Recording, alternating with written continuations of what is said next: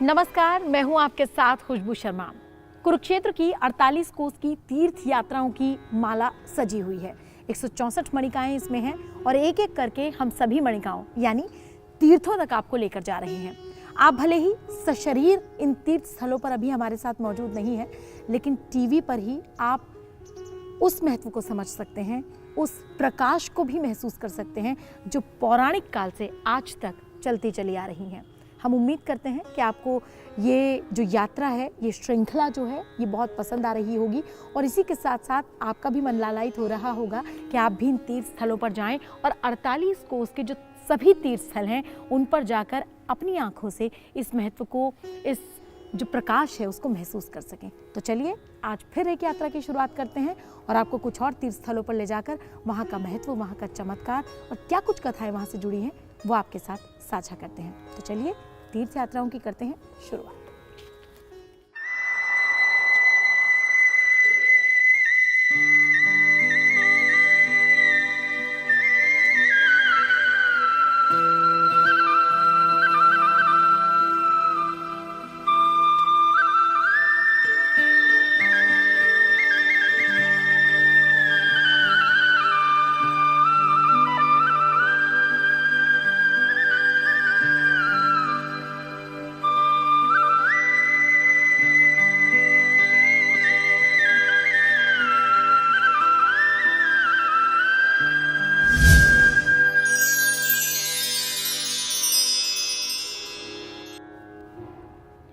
सृष्टि का प्रारंभ कैसे हुआ, सृष्टि अस्तित्व में कैसे आई, ये सवालों का जवाब ढूंढने के लिए हम आज एक ऐसे तीर्थ पर पहुंचे हैं जो बहुत महत्वपूर्ण है और बहुत महत्व रखता है। जी हाँ, इस जगह का नाम है, इस तीर्थ का नाम है नाभि कमल। ये वो जगह है जो भगवान विष्णु से संबंधित है, क्योंकि क्षीर सागर में शयन की मुद्रा में भगवान विष्णु की नाभि से एक पुष्प कमल निकला और ब्रह्मा जी उस पर विराजमान थे। तब महादेव के आदेशानुसार सृष्टि की रचना ब्रह्मा जी ने प्रारंभ की थी। तो आइए आप और हम इस महत्वपूर्ण पल के और इस तीर्थ यात्रा के साक्षी बने और यहाँ की सकारात्मकता को महसूस करें।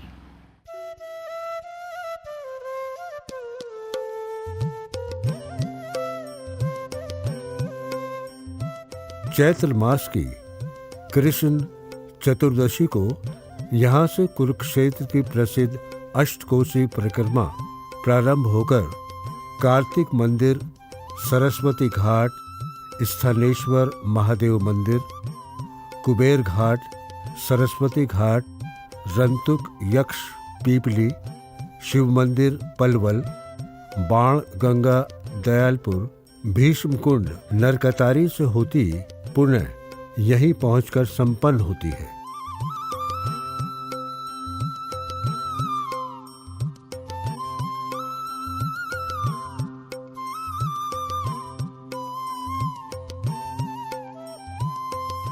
कुरुक्षेत्र की अष्टकोशी परिक्रमा से जुड़े होने के कारण इस मंदिर की महत्ता एवं विशिष्टता सिद्ध होती है। तीर्थ के उत्तर में राजा हर्ष का किला नामक पुरातात्विक स्थल है, जहाँ के उत्खनन से कुषाण काल से लेकर उत्तर मुगल काल तक की संस्कृतियों के निक्षेप मिले हैं।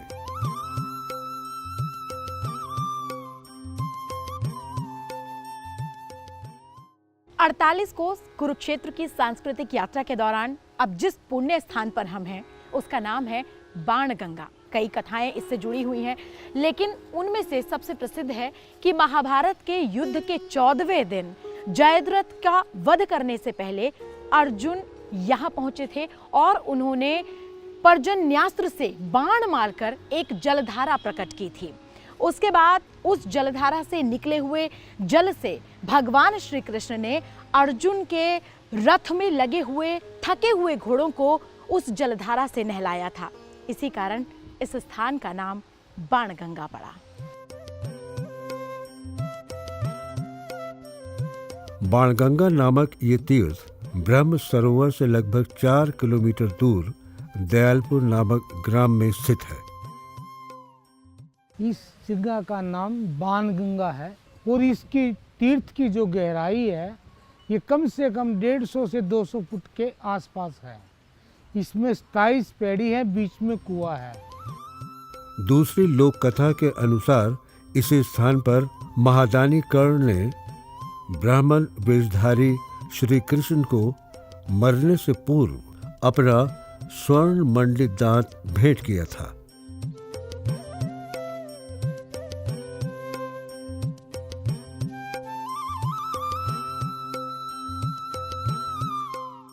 इस तीर्थ में वर्तमान में एक उत्तर मध्यकालीन बावड़ी नुमा सरोवर है।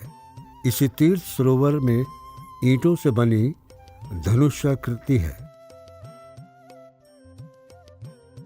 मंदिर के परिसर में लाखौरी ईंटों से निर्मित एक समाधि है।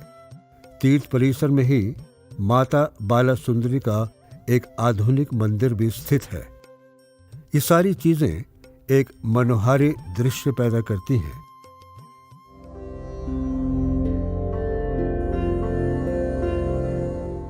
कुरुक्षेत्र से लगभग 9 किलोमीटर दूर अमीन ग्राम में स्थित है। पुराणों में ये क्षेत्र अदिति वन या अदिति क्षेत्र के रूप में जाना जाता है।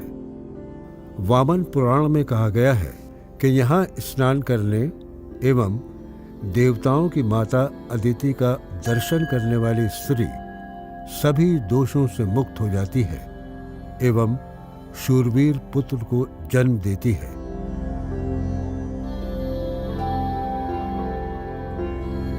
अमीन नामक इस स्थान को जन श्रुतियां महाभारत से भी जोड़ती हैं। कहा जाता है कि इस स्थान पर महाभारत युद्ध में कौरव सेनापति गुरु द्रोणाचार्य द्वारा चक्रव्यूह की रचना की गई थी। इसी चक्रव्यूह का भेदन करते हुए अर्जुन पुत्र वीर अभिमन्यु वीरगति को प्राप्त हुए थे। अतः परंपरा अनुसार ये स्थान अभिमन्यु खेड़ा के नाम से प्रसिद्ध हुआ।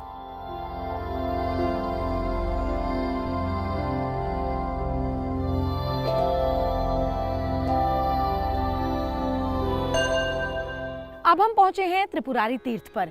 ये तीर्थ कुरुक्षेत्र से 13 किलोमीटर दूर तिगरी खालसा गांव में स्थित है। इस तीर्थ का संबंध भगवान शिव से है। कहा जाता है कि देवताओं द्वारा तारकासुर का वध करने के बाद उसके तीनों पुत्रों ने ब्रह्मा जी को विवश किया था अपने सामने प्रकट होने के लिए। ब्रह्मा जी प्रकट हुए।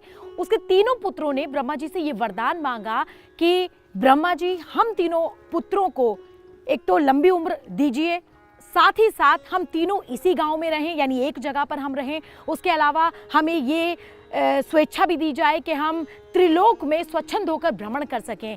ये वरदान उन्होंने मांगा और साथ ही साथ उन्होंने कहा कि 1000 वर्ष बीत जाने पर हम सभी एक जगह इकट्ठे हों और पुनः ये प्रक्रिया प्रारंभ हो। ऐसा वरदान ब्रह्मा जी ने उन्हें दिया और यही वो जगह है जहाँ पर उन्होंने ये वरदान मांगा था और भगवान शिव के तीर्थ के तौर पर यानी त्रिपुरारी तीर्थ के तौर पर इस पवित्र तीर्थ को जाना जाता है।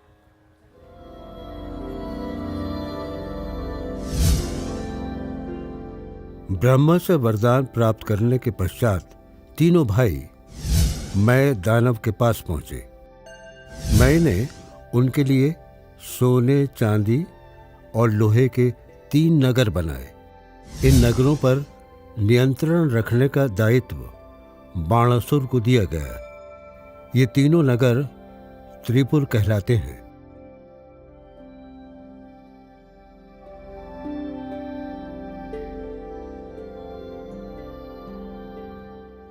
त्रिपुरों के निर्माण के पश्चात भी असुर बड़ी संख्या में नष्ट होते रहे। इस पर ब्रह्मा ने उनके लिए अमृत से भरी एक वापी बनवाई। जो ये हमारा तीर्थ है ना जी, त्रिपुरारी तीर्थ, पुराने टाइम बुजुर्गों का होता है जी। जो असुरों में और देवताओं में युद्ध हुआ था ना, जो जितने राक्षस मरते थे, रात को जितने राक्षस मरते थे, सुबह से शाम तक रात को इस कुंडी में डुबो देते थे और जीवित हो जाते थे। अमृत था इसके अंदर।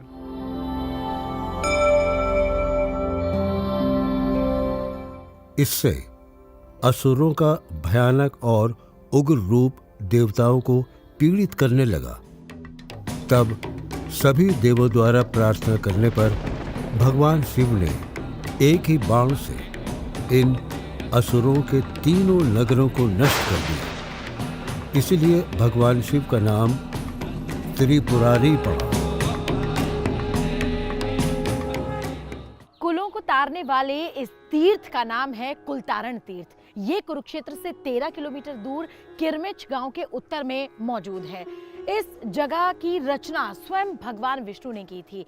कहा जाता है कि कुलों को तारने के लिए ही इस जगह की रचना भगवान विष्णु ने की थी और पापों का नाश करने वाला ये स्थान वर्णाश्रम धर्म का पालन करने वाले लोगों के लिए खास तौर से अलग महत्व रखता है। तो आप भी इस स्थान के दर्शन कीजिए।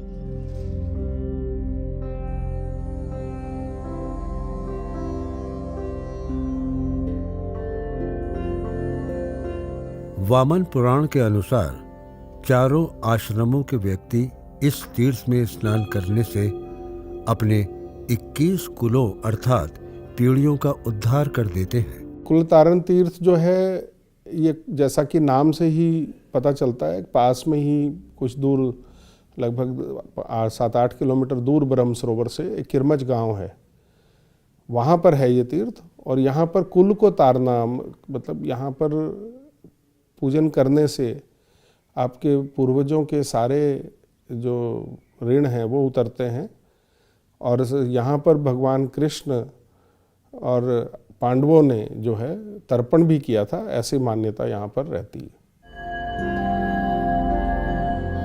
महाभारत में ये तीर्थ कुलुम्पुल नाम से उल्लेखित है, जो कि कुल को पवित्र करने वाला कहा गया है। लोक प्रचलित विश्वासों के अनुसार इसी तीर्थ पर महाभारत युद्ध के पश्चात युधिष्ठिर ने महाभारत युद्ध में मारे गए योद्धाओं की आत्मा की शांति के लिए श्राद्ध एवं पिंडदान किया था। ओजस नामक ये तीर्थ कुरुक्षेत्र से लगभग 10 किलोमीटर की दूरी पर शमसेपुर गांव में है। महाभारत में भी इसका जिक्र है और वामन पुराण में भी इसका जिक्र है। इस तीर्थ का सीधा संबंध भगवान शिव के पुत्र कुमार कार्तिकेय से किया जाता है।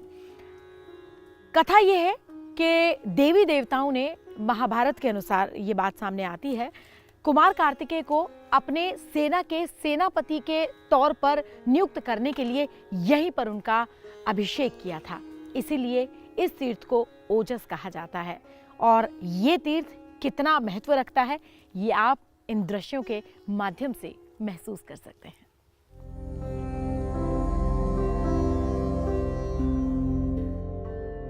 वामन पुराण के अनुसार कुमार के अभिषेक वाला स्थान ओजस नाम से प्रसिद्ध है।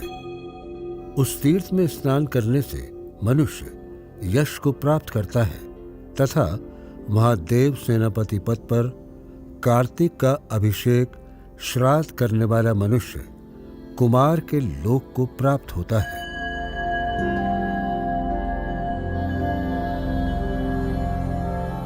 ओजस तीर्थ कुरुक्षेत्र के निकट 10 किलोमीटर दूर लगभग शमसेपुर गांव में स्थित है। इस तीर्थ का संबंध जो है वो भगवान शिव के पुत्र कार्तिकेय से है और यहीं उन्हें उनका अभिषेक भी हुआ था सेनापति के तौर पे, ऐसी मान्यता है। और यहाँ पर किया गया श्राद्ध जो है वो अक्षय है, हमेशा के लिए है, ऐसा भी माना जाता है। बहुत ही प्रमुख तीर्थ जो है पितृपक्ष के तीर्थों में इसे गिना जाता है। वैसे तो यहाँ मंदिर के नाम पर 2 छोटे छोटे मंदिर ही हैं, क्योंकि ये उन तीर्थों में से हैं जो अभी नए नए प्रकाश में आए हैं। यह कहा जाए कि शोधकर्ताओं ने अभी अभी खोजे हैं और कुरुक्षेत्र विकास बोर्ड बहुत तेजी से ऐसे नए तीर्थों पर काम कर रहा है।